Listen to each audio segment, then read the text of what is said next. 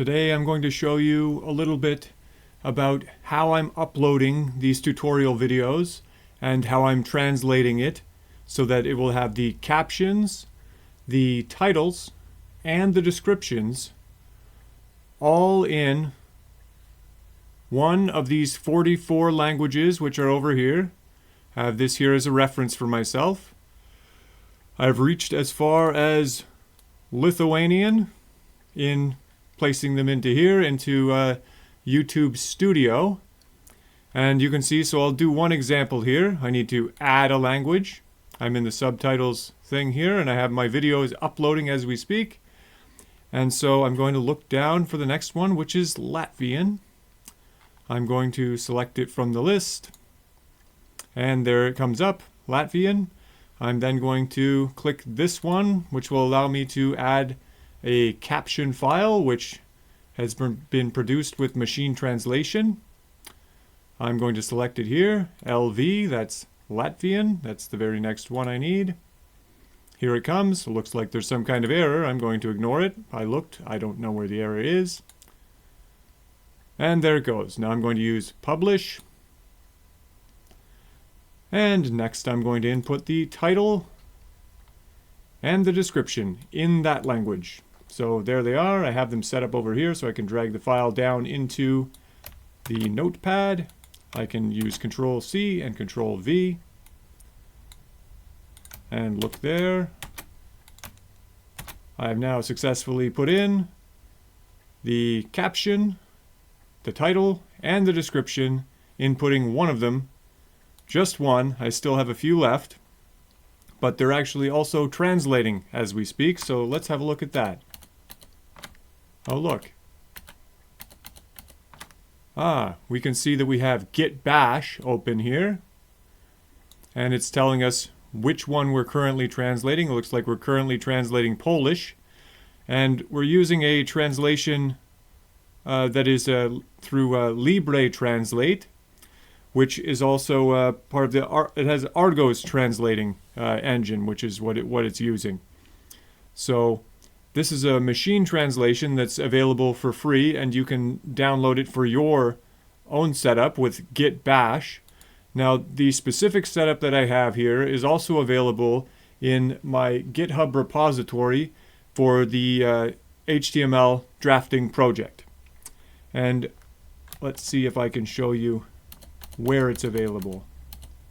Specifically, if you were to clone or otherwise get that project, let's see here. I have it open here, and I'm actually using it right now from there. So, if you download it, you will have this. Right there. See how I can move it around? So, SRTTY, you will double click on there, and you'll see, oh look, we have the language name reference, which I've already showed you, and we have a little file called SRT. That is a shell script that will be using LibreTranslate. So it assumes that we have LibreTranslate and that it is open and being served locally in our computer. So in order to, after we've downloaded LibreTranslate, we need to type in its own prompt, LibreTranslate. So I'll put this back to the configuration it was at because I still need that. We have to type in LibreTranslate into one open window that has git bash, and that'll open it up on a server on our local system, assuming we've been able to download it and implement it correctly. And then the other thing that we needed for this system to work is we needed to have something called jQuery.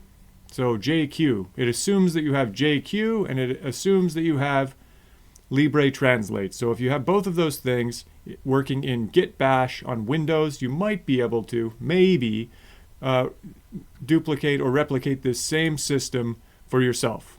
That is possible, although I cannot guarantee it. So I'll just get rid of these two windows here, and I'll show you the other thing that's also in there that I used to do the manual transcription. So let's see if I can pull them up. Oh, there it is. So this one over here on the right-hand side of the screen is showing a very small program, and I must admit, Google wrote this program for me, but I told it what to write. So I suppose it's I'll claim it for myself. But Google wrote this very nice little tight packaged program here that allows me to input one caption at a time. When I press enter, it goes into another caption that starts at the end time of the previous one. Another nice feature of this is that I can use shift and then dot and period to increase and decrease the timing on the end time. And so that's very convenient.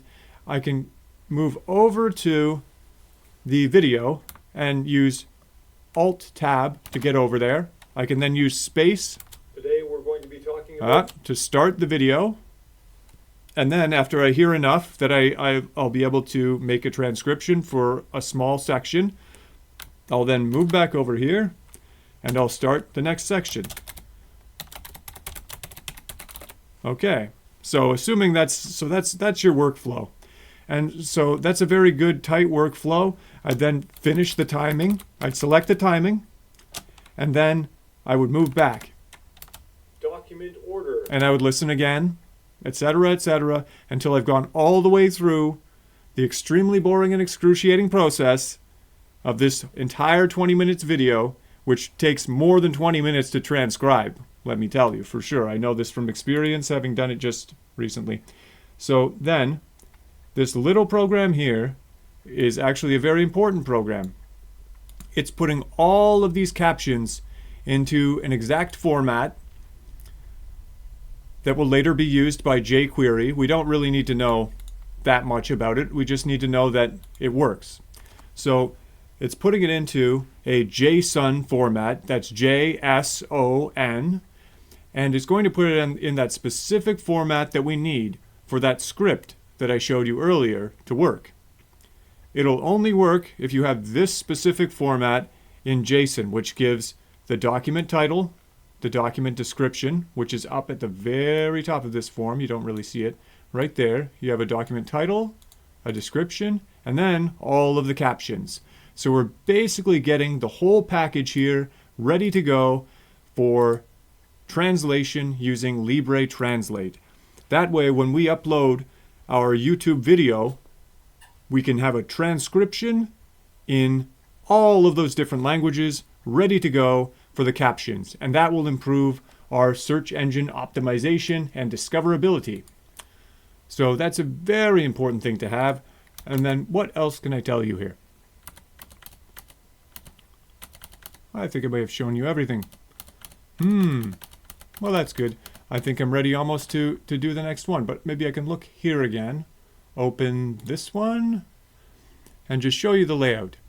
So when our file is finished, we can put it right here into caption inputs. That's right there, number 1 underscore and then caption inputs. And that's where we're going to put our one file. And so just to show you how easy it is, because Google did a great job setting it up, we can drag just from this drag icon here that says drag, and there's a little picture of a thing. We optionally could also use the save, but you see here, and this is how I've done it. I won't do it now because I don't want to fudge what's happening, but I can drag from there, and then that file will be named exactly in our file system if I let it go. And let's say that I did. I won't, but let's say that I did, and then it ends up right there inside of one caption inputs, inside of the directory that I told you about. SRTTY, that's the directory in the GitHub repository that you should clone if you wish to try to do this same process. Caption inputs, and then you will finally, with LibreTranslate already running in an independent thing there, like in that independent one there, it'll be running. And then on this one up here on the top, I ran the shell script SRT. And how I ran it, I'll just give it here. Let's see. I ran it by using this exact command. So here's the command that I used to run that program once everything was in place and I had already produced a transcription. I used this /srt.sh. So of course I navigated to the directory where that file is present. I then used that exact command right there, pressed enter, and then this process began. It started translating everything, and then that's when I decided, oh, do you know what I'll do? I'll just go right ahead and start uploading the first video, the one that I had transcribed, and then I'll start putting all the captions in, right? Inputting all of those little captions. And so it's still going here, and we're at SK, I don't know, that may be Scandinavian or some such, who knows. Let's see here. And I have this this list that's giving me, what is it? Slovak. SK is Slovak. So, oh, look, I have several more I can continue with. And so I think that's a fair explanation, a fair description of how this process would work, and hopefully it works for you. And it's repeatable, and you can do it yourself to do a machine translation using LibreTranslate of your own captions for the purpose of your own videos or possibly tutorials. Well done. Tutorial over.